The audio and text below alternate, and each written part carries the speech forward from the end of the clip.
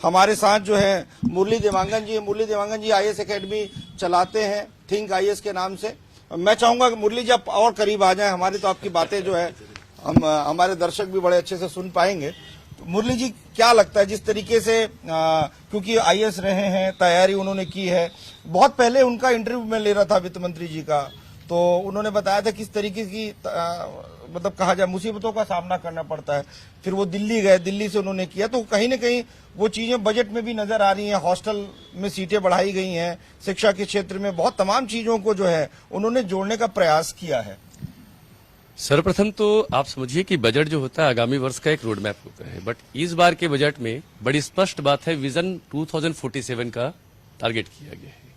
दूसरी बड़ी बात, जब सेंट्रल गवर्नमेंट ने $10 ट्रिलियन की बात रखी है, तो as it is Chhattisgarh government ने इस बार 10 लाख करोड़ रुपए का जीएसडीपी का उन्होंने अपना एक विजन रखा हुआ है। दूसरी बड़ी बात, जो पूरे आपने कहा कि हमारे आदरणीय जो वित्त मंत्री है उन्होंने खुद यूपीएससी का दौर जिया है और एक प्रशासनिक अधिकारी के रूप में रहे हैं।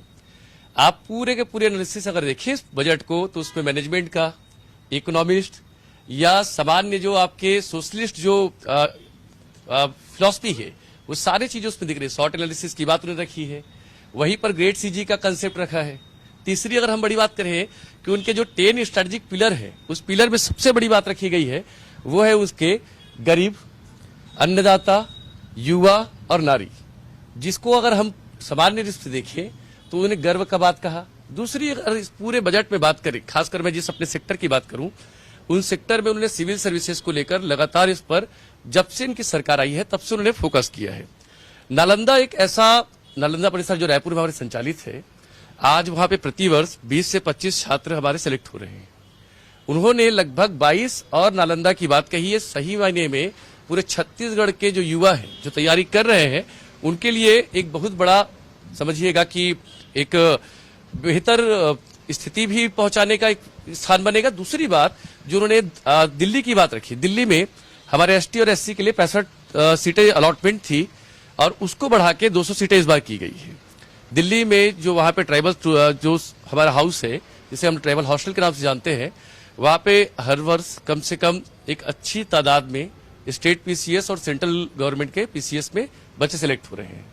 तीसरी बड़ी बात जो लगातार शिक्षा को लेकर बात हो रही थी, इस बार लगभग पूरे बजट का 15.95% शिक्षा बजट के लिए अलॉटमेंट है। और इसी में एक और शब्द कहा गया, क्योंकि हम अभी तक देखते हैं गांव गरीब या किसान की बातें हम कर रहे थे, जो हमारी रीढ़ है और हमारी मूड है, मगर इनके बीच में उन्होंने एक जो बात रखी कि सर्विस सेक्टर का बढ़ाना और इसको इनोवेशन के साथ, या अगर बात करें स्टार्टअप के साथ इसको लाना, या ये कह सकते हैं कि जो हमारे बच्चे हैं जो अभी तैयारी कर रहे हैं या फिर कॉलेज में पढ़ रहे हैं, उन लोग को इनोवेशन सेंटर में जोड़ना, ये उनका एक अच्छा विजन रहा है। दूसरी बात, अगर हम लगातार बजट में देखें तो विगत बजट या कभी की बजट हम 20 साल की बात करें तो उन्हें रायपुर या बिलासपुर पर लगातार हम फोकस करते थे। इस बार के जो उनके 10 स्ट्रेटेजिक पिलर है उसमें एक बिंदु पे स्पष्ट लिखा गया है, सरगुजा और बस्तर की ओर देखो। अगर इस बात को अगर देखें तो ये अपने आप में एक विजनरी एक सोच है इनकी वित्त मंत्री की, कि उन्होंने जानबूझ के ऐसे क्षेत्र को बढ़ाने की बात कही जो लगातार वैश्विक व्यवस्था में कहीं पिछड़ा हुआ या कहीं ना कहीं एलडब्ल्यू के रूप में जाना गया है। अब तीसरी बात इन सबके बीच में और हम देखें जो युवाओं को लेकर बात रही,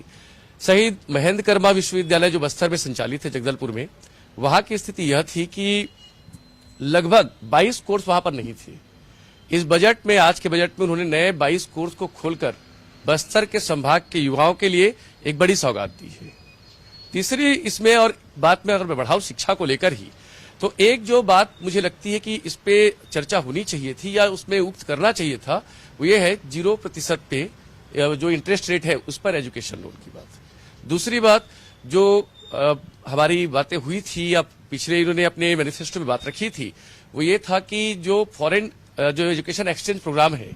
उसको लेकर इनमें बात कही गई थी कि 100 बच्चे छत्तीसगढ़ से हर वर्ष विदेश में पढ़ने जाएंगे, और वो एक्चुअल में जैसे नवोदय की तर्ज पर एजुकेशन एक्सचेंज प्रोग्राम होते हैं, उसी के तर्ज पे हम फॉरेन एक्सचेंज प्रोग्राम की बात कर रहे थे। उस पर कहीं ना कहीं वित्तीय प्रावधान का मुझे थोड़ा कमी दिखा है यहाँ पर। और इस पर बाकी अगर बजट की बात करें तो मैं निश्चित ही कह सकता हूं कि एक प्रशासनिक अधिकारी का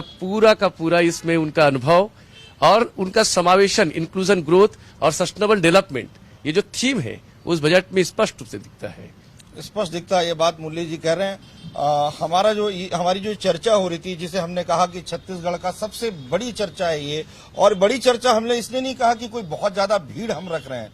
चर्चा सबसे बड़ी इसलिए तो क्योंकि हमारे साथ विचार करने वाले, इसका ताना बाना बुनने वाले, इसे संकल्पित ऐसे लोगों को हमने इकट्ठा किया था कि जो सोचते हैं कि हमारा छत्तीसगढ़ कैसे बढ़ेगा, हम छत्तीसगढ़ को कैसे आगे ले जा सकते हैं। तो अंतिम में मैं ये चाहूंगा कि सभी हमारे जो अतिथि आए हुए हैं वो कम शब्दों में अपनी बात रखते हुए कि किस तरीके से हम छत्तीसगढ़ को आगे बढ़ा सकते हैं इस बजट के माध्यम से, वो अपनी बात रखें। तो सबसे मुरली जी,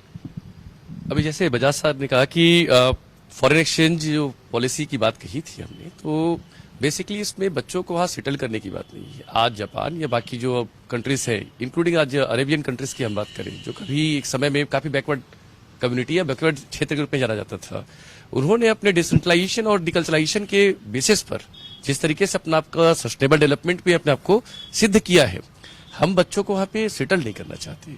बेसिकली वहां के इनोवेशन को, वहां की टेक्नोलॉजी को हम छत्तीसगढ़ में लाना चाहते हैं। दूसरी बड़ी बात, क्योंकि आज भी अगर हम देखें, आईटी या सीएससी से पढ़ा हुआ बच्चा, उसका 10% छात्र भी छत्तीसगढ़ में रुकता नहीं है, और यहाँ रुक भी जा रहा है तो वो या तो कॉम्पिटिटिव एग्जामिनेशन में आ रहा है, या तो किसी अन्य क्षेत्र में चले जा रहा है, या अपना स्वयं का व्यवसाय कर रहा है। पर उस व्यवसाय में भी कहीं ना कहीं इनोवेशन की कमी है आज भी। आज देखिए, अभी जब स्टार्टअप रिपोर्ट आई हमारे यहाँ, छत्तीसगढ़ अगर आप देखें तो टॉप 25 से बाहर है। महाराष्ट्र जो है हमसे 20 टाइम्स आगे है। तो इसीलिए यूथ को अगर हम जब तक इनोवेशन के रास्ते में नहीं लाएंगे, तब तक कुछ नए भविष्य की उम्मीद कर पाना बड़ा कठिन होगा। दूसरी बात बजट को लेकर है, बजट में युवाओं को लेकर जिस तरीके से आदरणीय वित्त मंत्री साहब ने सोचा है कि जिस तरीके के हमारे छात्र सिर्फ छत्तीसगढ़ पीसीएस या यहाँ के कॉम्पिटिटिव एग्जामिनेशन से बाहर निकलकर यूपी पीसीएस या सेंट्रल गवर्नमेंट के एग्जाम की ओर लगातार अग्रसित हों, इसके लेकर जो प्लान उन्होंने किया है, नालंदा परिसर जैसे नए संस्थानों का निर्माण हो, या दिल्ली में 2 नए हॉस्टल की बात हो, दूसरी बात बस्तर में नए नए इनोवेशन सेंटर के साथ साथ नए नए कोर्सेज की बात हो, हॉस्पिटल मैनेजमेंट की लेकर बातें उन्होंने रखी है, इन सब को अगर ओवरऑल देखे तो एक शानदार और सुव्यवस्थित तरीके के साथ, अच्छे विजन के साथ बनाया गया एक बजट है, जो मुझे लगता है कि अब इस वर्तमान में तो शुरुआत के 4 ही महीने उस सरकार को, अगले 4.5 साल तक ये बजट जो है, जो आज हमने सोचा है, वो पूर्ण अगले 4-5 साल में दिखना शुरू हो जाए। आज जो हमने देखा है वो धीरे धीरे शहने शहने जो है आकार लेगा, रूप लेगा, और जो सोचा गया है, क्योंकि सोचा गया है और पूरा करने की जिम्मेदारी जो हम सब हैं उनकी है। तो आपने आज देखा, सुना बजट पर इस महाबहस, महाचर्चा